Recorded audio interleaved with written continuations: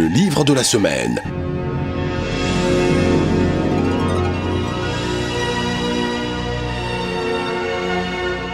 C'est le rendez-vous avec la littérature tous les dimanches à 7h20. Le livre de la semaine.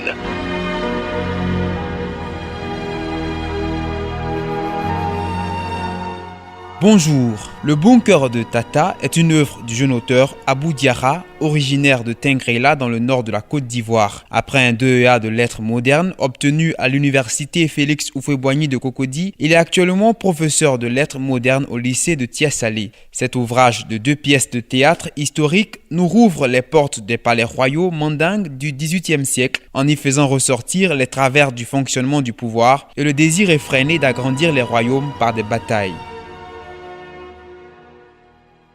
Monsieur Abou Diarra, bonjour. Bonjour monsieur. Présentez-nous votre ouvrage Le Bunker de Tata ou la prise de Sikasso. C'est en fait un recueil de pièces de théâtre. C'est un fait historique avéré que j'ai essayé de retranscrire. Et donc dans cette retranscription, j'ai apporté ma part de créativité pour donner à lire au lecteur une envie de se ressourcer et de pouvoir améliorer son avenir. Et la deuxième pièce de théâtre? Bien, la deuxième pièce de théâtre d'Amazon, c'est une histoire pareille comme la première. C'est un fait historique avéré, attesté et attestable que j'ai essayé de retranscrire dans l'optique de permettre aux dirigeants africains de pouvoir s'inspirer du passé et de pouvoir améliorer l'avenir des peuples africains. Alors, les 2 pièces de théâtre sont dans un style assez facile, avec des tableaux brefs pour permettre au lecteur de pouvoir vite se plonger dans les différentes scènes. Vous avez trouvé juste, effectivement. J'ai écrit ces différents textes-là de façon leste, de façon lisible, de manière à ce que tout lecteur se sente à l'aise.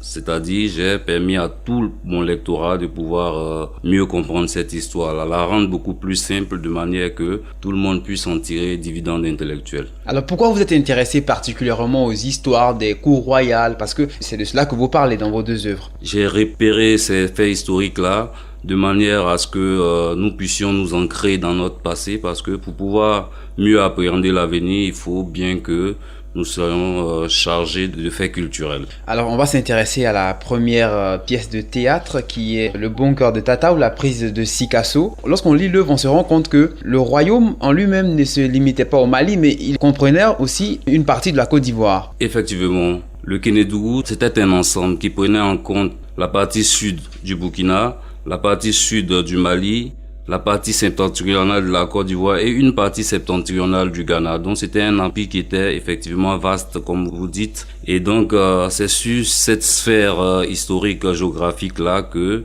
régnait le roi Tchéba Traoré. Dans cette œuvre-là, on retrouve tout le lexique de la langue mandingue et puis aussi tous les attributs liés au pouvoir. Lorsque le tambour parleur ou bien lorsque le griot doit apporter un message du roi avec l'expression par exemple Sikasso Mara Koromogo. Et le griot qui continue, le griot Sungalo qui continue pour dire Amoussa Ache Adjen Awoklo Oufana. Qu'est-ce que ça veut dire? Bien, effectivement, j'ai essayé de me mettre à l'aise, de pouvoir exprimer ce que j'ai en moi, c'est-à-dire ma culture malinké, et de pouvoir féconder cette culture-là dans la culture occidentale. En fait, je me suis inspiré de Amadou Kourouma, paix à son âme, qui, au cours d'une conférence à l'université, a dit que sa première œuvre, Les Soleils des Indépendances, il avait écrit en français classique. Et après, il s'est rendu compte que il ne se ressentait pas dans cette œuvre très classique occidentale là. Et donc, il a essayé de malinkéiser un peu son texte de manière à ce que il puisse vivre le texte qu'il écrit.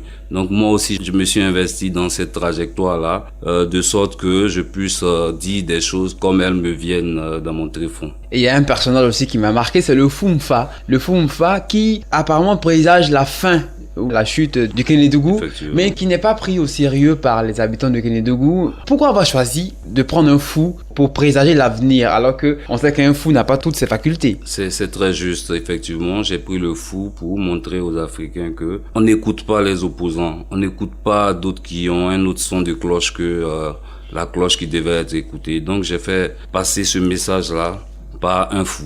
À la vérité, un fou, c'est quelqu'un qui n'a pas toutes ses facultés mentales et donc incapable de pouvoir réfléchir. Mais dans le cas du bunker de Tata, le fou du bunker de Tata est un fou conscient. Un fou qui a la latitude de pouvoir dire tout ce qu'il pense À la vérité, les fous, c'est pas toujours faux ce qu'ils disent. Ils ont quelques moments de lucidité et donc ils peuvent se permettre de mieux entrevoir les faits. Et même le nom du fou n'est pas pris au hasard. Le fou s'appelle Mfa. Mfa le fou. Mfa veut dire en malinké mon père. Et en même temps, Mfa, il y a un adjectif possessif dedans, en malinké qui veut dire mon père. Le mot établit une certaine affectivité entre l'écrivain et son fou. Donc le fou, à la vérité, c'est l'élément focal même de cette pièce de théâtre-là. C'est lui qui régente cette clairvoyance intellectuelle-là dans le peuple du Kénédougou.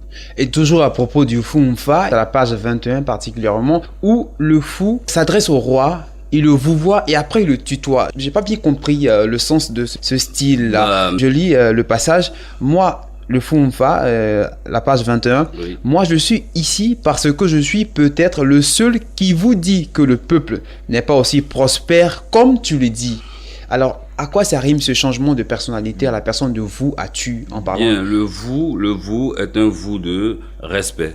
Et effectivement, à un moment, le fou s'est rendu compte que le roi n'avait pas toute sa lucidité, donc il méritait pas un vouvoiement. Et donc, il a commencé à le tutoyer de sorte à montrer que il avait perdu toutes ses capacités de chef. Et donc, il se réduisait à une personne commune, normale, comme tout le monde. Et donc, il avait perdu toute sa qualité de chef. Donc, c'est en cela que j'ai fait tutoyer, vous avez détecté un élément secret, j'ai fait tutoyer le roi par le fou Mfa. D'accord. Et à la fin de l'œuvre, on a le Kéba Traoré Babemba qui n'a pas écouté les conseils du fou. À la fin de l'œuvre, il perd son trône et il perd lui-même la vie dans un combat. La deuxième pièce de théâtre, c'est Da Monzon. Da Monzon. Cette œuvre parle aussi de l'environnement royal, des guerres, des batailles pour annexer des territoires autour du royaume de Ségou. Effectivement. Voilà. Et donc, j'ai encore pris un fait historique. C'est des faits historiques avérés qu'on peut retrouver encore dans des documents historiques qui attestent de la véracité des informations que je donne. Donc, j'ai pris pour prétexte l'histoire de Da Monzon, en fait, pour donner un conseil. Da Monzon, on peut le présenter. C'est l'ancêtre de tous les Diarra. Les Diarra Souba, les Diarra, les Koné ont pour ancêtre Da Monzon. Et donc, ce patriarche-là fédère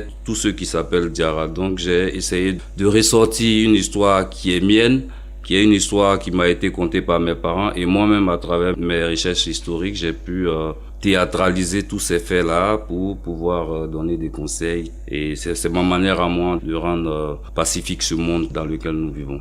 Dans cette deuxième pièce de théâtre, le roi a un avenir meilleur que celui dans la première pièce.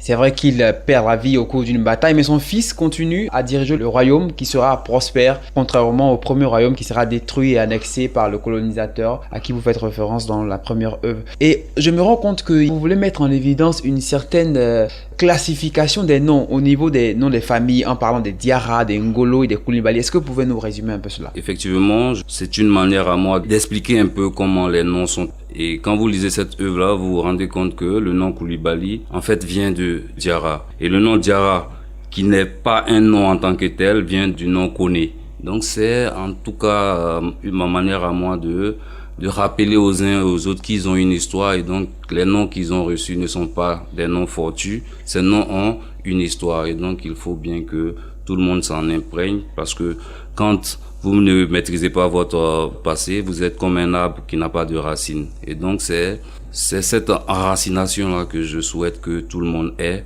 de manière que on puisse mieux appréhender l'avenir. Et vous faites également aussi un clin d'œil à la moralité en parlant de la promise du jeune roi Da Monzon. Oui. Lorsqu'ils se sont mariés, effectivement, comme le veut la tradition, Oui. le linge blanc devait être sorti après la nuit de noces des mariés. Histoire un peu peut-être de conscientiser la jeunesse féminine. Ben, je suis d'accord avec vous parce que avant, comment ça s'est passé, les femmes restaient, gardaient leur virginité jusqu'au mariage. Aujourd'hui, c'est pas l'apanage des jeunes filles d'aujourd'hui. Donc, c'est un clin d'œil pour dire que, voilà, l'Afrique, c'est pas celle qu'on voit aujourd'hui. L'Afrique, c'est une Afrique qui respecte la tradition, qui respecte certaines normes de moralité, comme vous avez dit. Et c'est de bon augure que vous avez pu décoder cette information-là.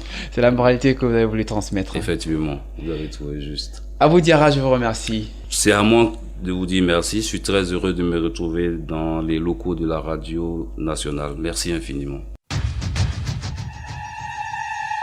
Le bunker de Tata ou la prise de Sikasso, suivie de Damonzon, sont deux pièces de théâtre qui remettent au goût du jour le passé fécond de l'Afrique noire à travers les personnages de Babemba et le Damonzon. Le bunker de Tata est paru aux éditions Balafon, une œuvre que vous prendrez certainement plaisir à lire. Bonne lecture, à la semaine prochaine.